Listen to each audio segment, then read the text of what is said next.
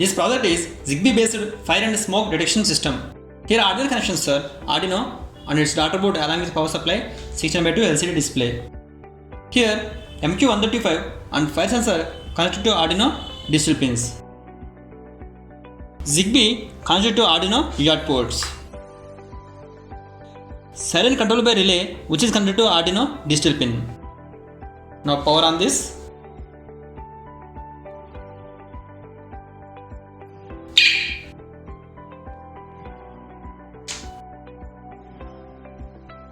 This project have two sections. One is a transmitter which has a Zigbee Arduino sensors, and second one is a receiver which has a Zigbee Arduino siren.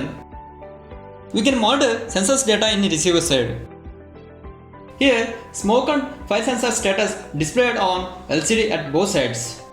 If any sensor gets activated, then siren will be on.